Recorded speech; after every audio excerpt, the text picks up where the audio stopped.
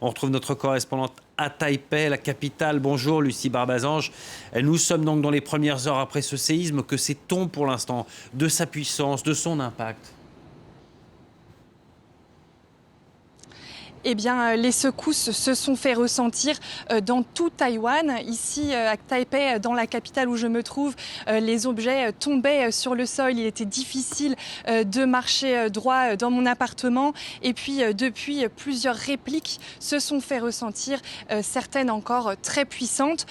Plusieurs victimes sont pour le moment à déplorer et la liste pourrait s'allonger puisque plusieurs bâtiments se sont effondrés, notamment à Hualien, dans cette ville sur la côte est de Taïwan, à quelques kilomètres de l'épicentre. Les images sont impressionnantes, des immeubles à moitié effondrés, en suspension au-dessus du sol.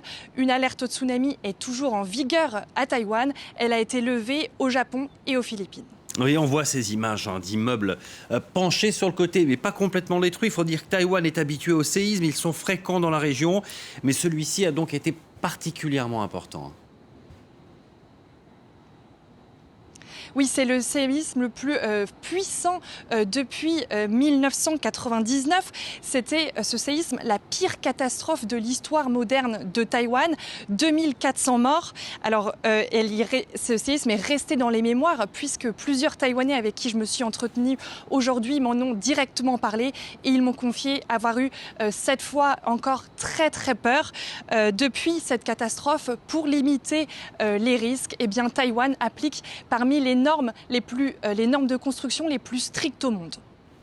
Lucie Barbazange, depuis Taipei, pour France 24, merci beaucoup. Lucie, on n'hésitera pas à revenir vers vous si l'on en sait plus, si la situation évolue du côté de Taïwan après ce très puissant séisme.